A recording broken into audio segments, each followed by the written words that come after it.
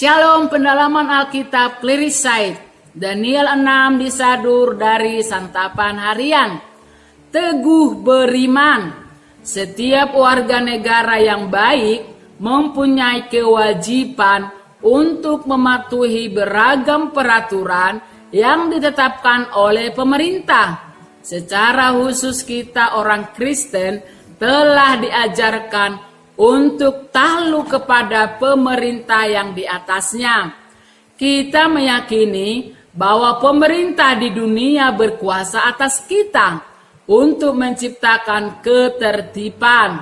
Namun bagaimana jika peraturan tersebut berisikan larangan untuk beribadah kepada Tuhan? Apa yang kita perbuat? Apakah kita akan tetap beribadah kepada Tuhan atau tidak? Situasi ini dialami oleh Daniel. Ia adalah seorang pegawai tinggi di kerajaan Persia. Namun hal itu mendatangkan kebencian pegawai raja yang lain dan mereka merencanakan sesuatu yang jahat kepada Daniel. Mereka mengajukan sebuah peraturan untuk disetujui raja, yaitu melarang semua orang beribadah kepada dewa lain kecuali kepada raja. Jika ada yang melanggar, maka ia harus dihukum dengan masuk ke dalam gua singa. Namun Daniel tidak menjadi gentar. Ia tetap berdoa. Jendela-jendelanya tetap terbuka ke arah Yerusalem, di mana bait suci pernah berdiri. Sekalipun itu mengancam hidupnya, Daniel tidak membiarkan apapun menghalangi dirinya untuk terus memanjatkan permohonan-permohonannya kepada Allah. Kita tidak boleh membiarkan apapun menyebabkan kita mengabaikan doa dan ibadah kita kepada Allah setiap hari.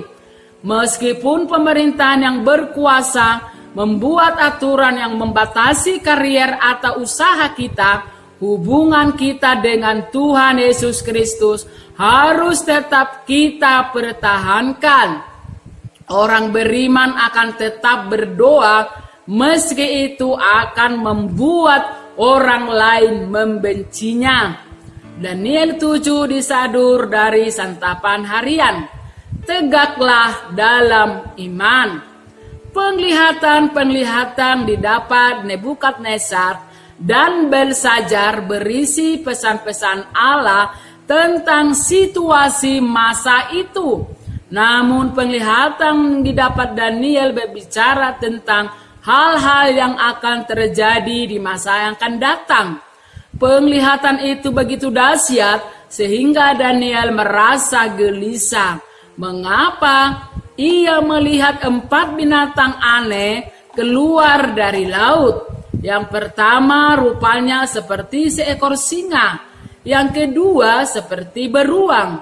Yang ketiga seperti macan tutul. Dan yang keempat adalah binatang yang paling dahsyat dan menakutkan.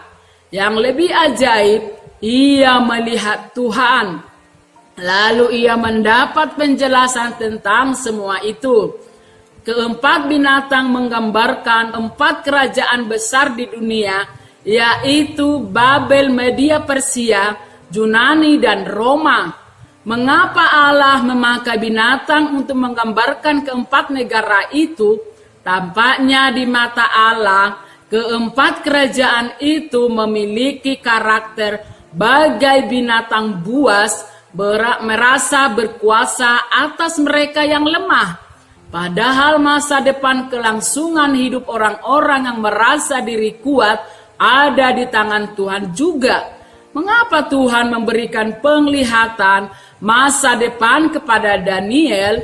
Karena ia memahami penderitaan umatnya dan mengasihi mereka. Memang akan bangkit 4 kerajaan besar yang angkuh melawan Allah dan menindas umat Allah. Namun melalui mimpi Daniel, Allah menyatakan perlindungan kepada umatnya. Ia akan menghukum bangsa-bangsa itu dan menyediakan suatu kerajaan yang tak akan pernah berakhir. anaknya sendiri yang akan memerintah. Penglihatan Daniel ini berbicara bukan hanya untuk umat Tuhan zaman Daniel saja, untuk zaman sekarang juga. Allah yang hidup dari zaman ke zaman, Allah yang berkarya di sepanjang sejarah manusia, adalah Allah yang setia memperhatikan umatnya dari satu generasi ke generasi berikutnya. Maka bila kita merasa teraniaya dan disingkirkan karena iman kepada Kristus, jangan pernah mundur. Tetaplah tegak berdiri dalam iman, karena akan ada saat Allah mengokohkan kerajaannya dan menghakimi mereka yang melawan Dia. Terima kasih, Tuhan Yesus memberkati.